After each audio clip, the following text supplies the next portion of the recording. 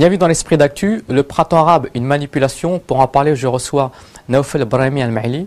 Alors bonjour à vous. Alors vous êtes l'auteur de cet ouvrage, Le printemps arabe, une manipulation. Alors sans nier les conditions objectives qui ont poussé les peuples arabes à se révolter, à savoir le népotisme, régime autoritaire, crise économique et sociale, vous affirmez que ces soulèvements populaires ont été encouragés par les États-Unis, via notamment le Qatar qui est son sous-traitant.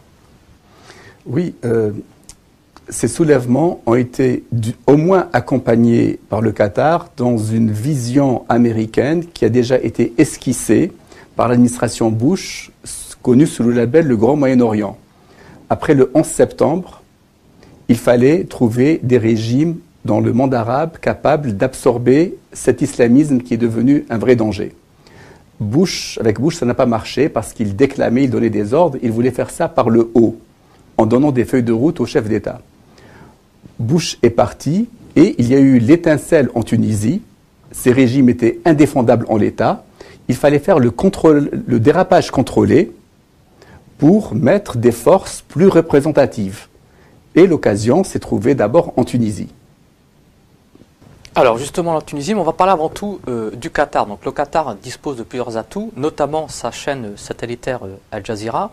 Alors au sujet d'Al Jazeera, vous affirmez que c'est plus qu'une chaîne satellitaire, c'est carrément un ministère bis, et que cette chaîne a parfaitement su orchestrer la dramaturgie de ces soulèvements arabes. Tout d'abord, il faut aussi rappeler qu'Al Jazeera est très vu dans le monde arabe. Et quand Al Jazeera a commencé, notamment dans le pays du Maghreb, ça a boosté les ventes des antennes paraboliques, on les appelait les couscoussiers. C'est devenu un instrument maison. Et Al Jazeera a trouvé, dès le début de sa création, un langage qui plaît aux populations arabes. C'est-à-dire qu'il ramenait des vrais opposants. Il gênait les régimes. Donc Al Jazeera a une tradition de gêner les pouvoirs en place. Et tous les chefs d'État arabes, sans exception, se sont plaints d'Al Jazeera. Donc Al Jazeera a continué sur ce fonds de commerce. Elle a construit une crédibilité à un moment donné et elle profite de cette crédibilité.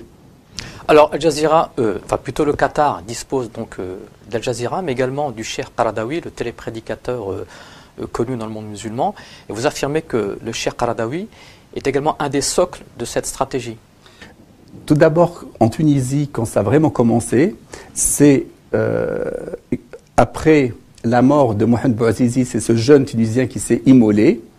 Une fois qu'il est mort, Al-Qaradawi a fait une fatwa pour l'élever au rang de martyr, sachant qu'en islam, le suicide est interdit.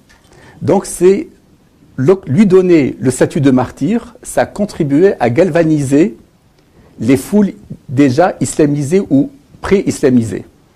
Alors on va parler du cas de la Tunisie, la Tunisie actuelle. Vous affirmez à ce sujet que le Qatar est le véritable DRH, directeur des ressources humaines, du gouvernement tunisien.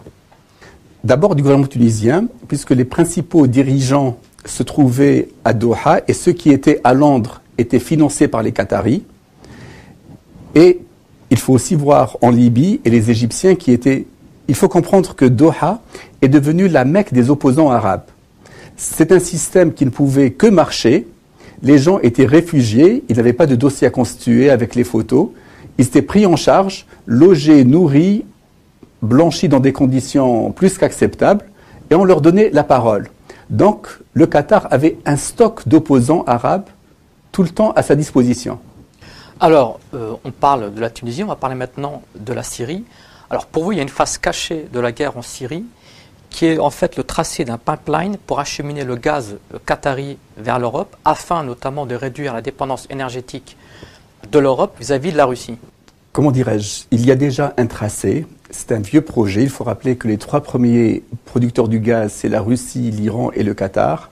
Le premier tracé incluait l'Iran, le gaz iranien, sauf que depuis le nucléaire, l'Iran est hors course. Et ensuite, il restait le gaz russe et surtout le gaz des pays en stand, qui sont considérés comme la cour arrière de la Russie. Et les Qataris qui vendent leur gaz par méthanier ont besoin des gazoducs qui est un marché structurant. Et c'est la géographie qui dicte les tracés. Il faut passer par la Syrie. La Syrie est un protectorat de fait russe. L'actualité le démontre de jour en jour. Donc il fallait que le régime change pour que ce tracé soit envisageable. Et le régime est en train de changer, le tracé, c'est trop tôt pour le dire. Alors, vous avez une conclusion particulièrement pessimiste, puisque vous affirmez que cette zone de turbulence qui traverse le monde arabe va s'installer dans la durée. Vous parlez même d'illusion démocratique. Il faut aussi rappeler quand Ben Ali s'est enfui, quand Moubarak a été arrêté, on nous a promis un avenir radieux. Les Bernard-Henri Lévy et autres nous ont dit que l'arabe nouveau était arrivé, c'était quelqu'un de normal.